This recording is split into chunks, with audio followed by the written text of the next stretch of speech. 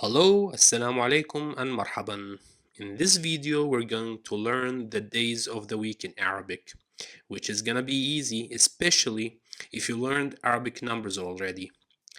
If you didn't yet, check the link in the description for the Arabic numbers playlist. You're gonna need the numbers from 1 to 5. Let's start with the first day, Al-Ahad, Sunday. Now in Arabic, 1 is واحد. If you watch the Arabic number series on this channel, you remember when we learned the number 11. It was أحد عشر.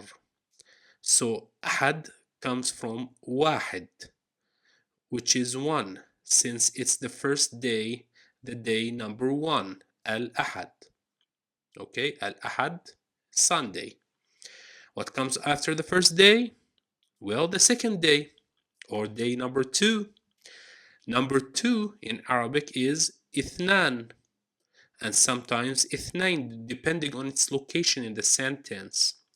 So the second day is naturally الاثنين, which is Monday. After Sunday comes Monday.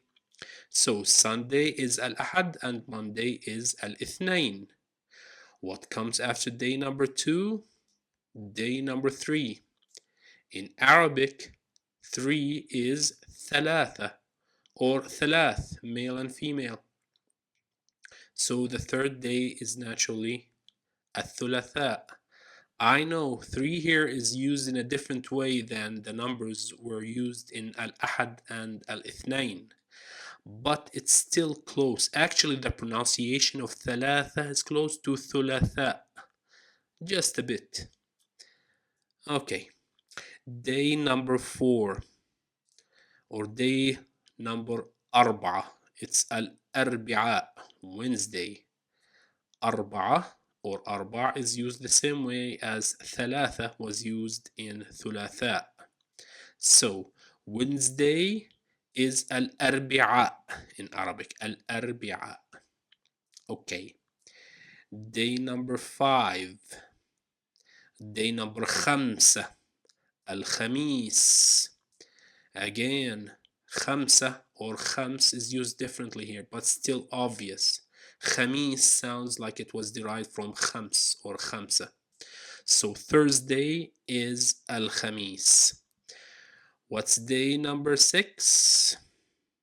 Well, here you're gonna stop counting because its name is not derived from a number. Friday in Arabic is al-Jum'ah. The name is probably derived from the word jam'ah, which means a gathering. Probably because it was the day families got together after working hard during the week. Mostly they still do that on Fridays.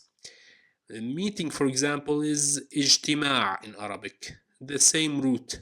Jam'ah, ijtima', the same root. So Friday is al-Jum'ah.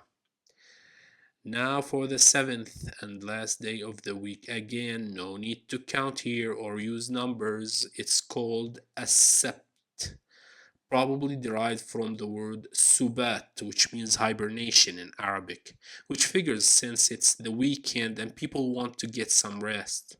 It's close to words like sabit, which also refers to Saturday, by the way. So here you have them all 7 days of the week. Take a screenshot, practice them well. You can start by simply asking yourself every day, what day is it today? Answer that question in Arabic. Then ask yourself, what day was it yesterday? And then what day is it gonna be tomorrow? And so on. So keep practicing. And if you have any questions, comment below. I'll see you in the next video.